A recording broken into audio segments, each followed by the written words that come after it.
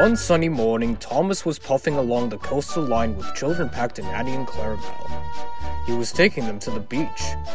Everyone was happy.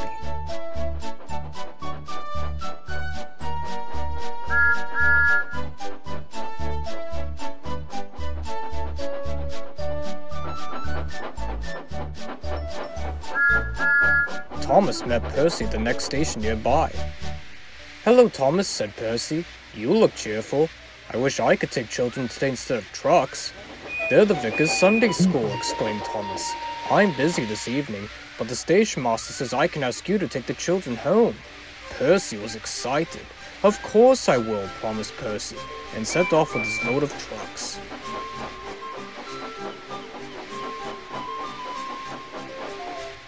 The children enjoyed their day on the beach, but by tea time, dark clouds loomed ahead.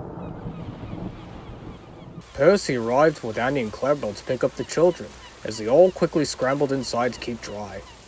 "Take the children home quickly, please," ordered the vicar. The rain streamed down Percy's boiler.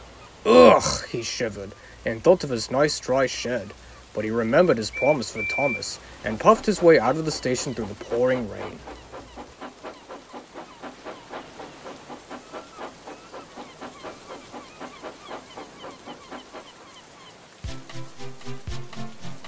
As Percy puffed through the stormy weather, his driver was concerned. The river was rising fast and flowing violently. I wish I could see, complained Percy as the rain beat on his face. Suddenly, they found themselves in a flood of water. "Oh!" hissed Percy. "The water is sloshing my fire!" The guard went back to telephone for help, but returned with bad news.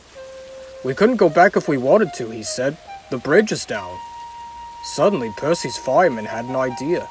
"I'll have some of your floorboards, please," said the fireman to the guard. "I only swept the floor this morning," grumbled the guard, but he knew Percy had to start up again, and did his part with helping out. Soon, Percy's fire was burning well, and he felt much better after that. Suddenly, a buzzing sound was heard. "Oh no," thought Percy, "it's Harold. He's come to laugh at me."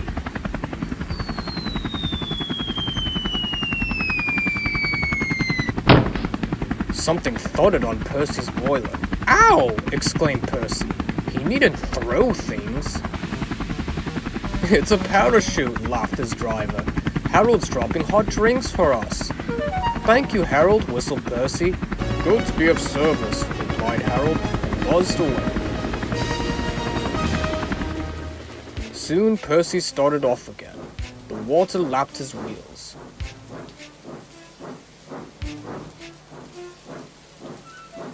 Percy was losing steam again, but he plunged bravely on.